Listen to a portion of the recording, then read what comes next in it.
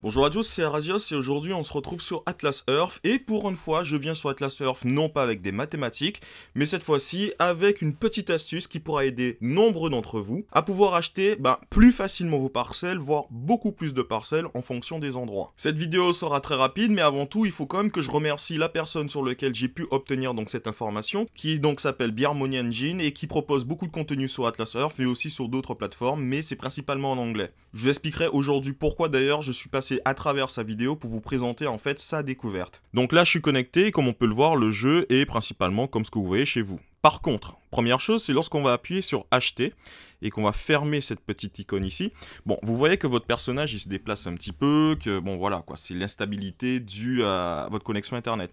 Cependant en fait si on va compter en fait le nombre de cases de haut en bas, on se retrouve avec une moyenne de 21 cases vers le haut et de 10 cases vers le bas. Par contre je sais pas si vous le voyez, je vais mettre ma souris là. Ici, là, déjà, on voit déjà... Ah, c'est repassé vert, mais on voit, par exemple, ouais, là. Pendant une petite seconde, en fait, on peut voir l'extrémité du cercle d'achat qu'on peut avoir. Et en fait, on se rend compte que finalement, cette partie verte, en fait, c'est un énorme cercle, sauf que à partir de votre téléphone portable, tout ce que vous pouvez voir, en fait, se trouve finalement sur le cadran qui est ici.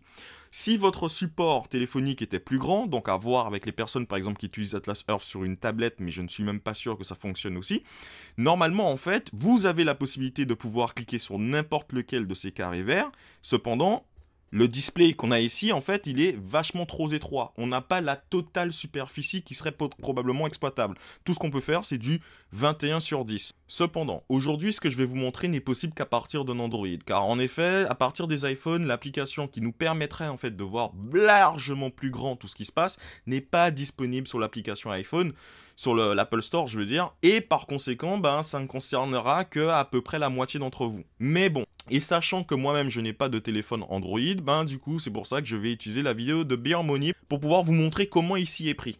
Cependant, ce que vous allez faire, c'est que vous allez aller donc dans l'Android Store, et à partir de l'Android Store, vous allez donc chercher l'application qui s'appelle Orientation Control ou Screen Orientation Control, et vous allez l'installer.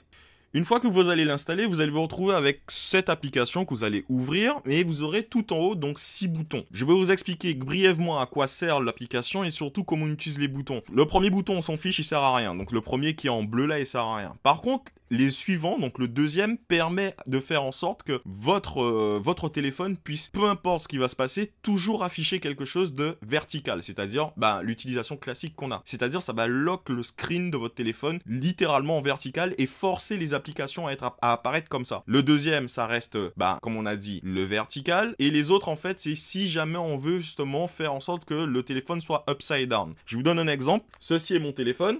D'accord, c'est ici le haut du téléphone, ceci est la fin du téléphone.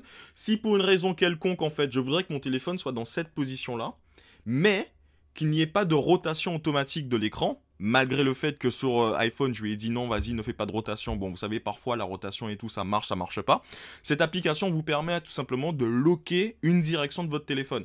Du coup, ça veut dire que si on installe cette application, qu'on lui dit qu'on veut être locké en vertical, c'est-à-dire le troisième bouton, et qu'on lance l'application Atlas Earth ne va plus se lancer en vertical. Donc, ça veut dire que si, par exemple, on va choisir la troisième suggestion, c'est-à-dire le deuxième bouton gris, et qu'on lui demande de nous afficher le téléphone en permanence en horizontal. Lorsque vous allez lancer votre application Atlas Earth, le jeu apparaîtra automatiquement en horizontal. C'est-à-dire que même s'il n'était pas vraiment prévu pour ça, il sera automatiquement sur un display qui forcera l'affichage horizontal et c'est là qu'on découvre des dingueries. Regardez, je vais me réduire ma fenêtre, regardez à quoi ressemble le jeu. Lorsque vous le lancez en vertical, voici comment le jeu il apparaît. Alors pour le coup, ce n'est pas forcément optimisé parce qu'on peut se rendre compte que lorsqu'il a essayé d'ouvrir le shop, toutes les icônes ne s'affichaient pas. Il n'y a pas forcément de slide qui va se développer.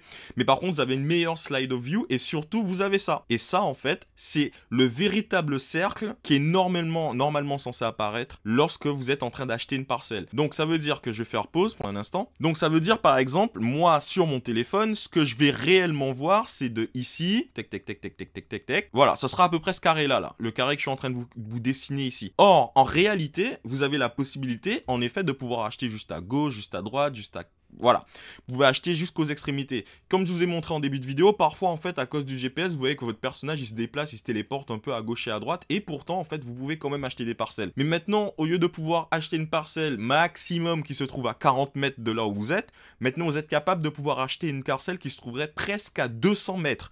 Alors ça change beaucoup de choses selon moi. La première utilité justement serait que grâce à cela, vous aurez donc la possibilité, si jamais vous êtes en train d'essayer d'acheter une parcelle mais dans une zone dans laquelle c'est restreint, par exemple de l'autre côté d'une voie ferrée. Donc par exemple vous voulez acheter des parcelles derrière le musée du Louvre, mais peut-être pas le musée du Louvre, hein. Souvenez-vous, il y a eu un truc qui vient de se passer récemment sur Paris.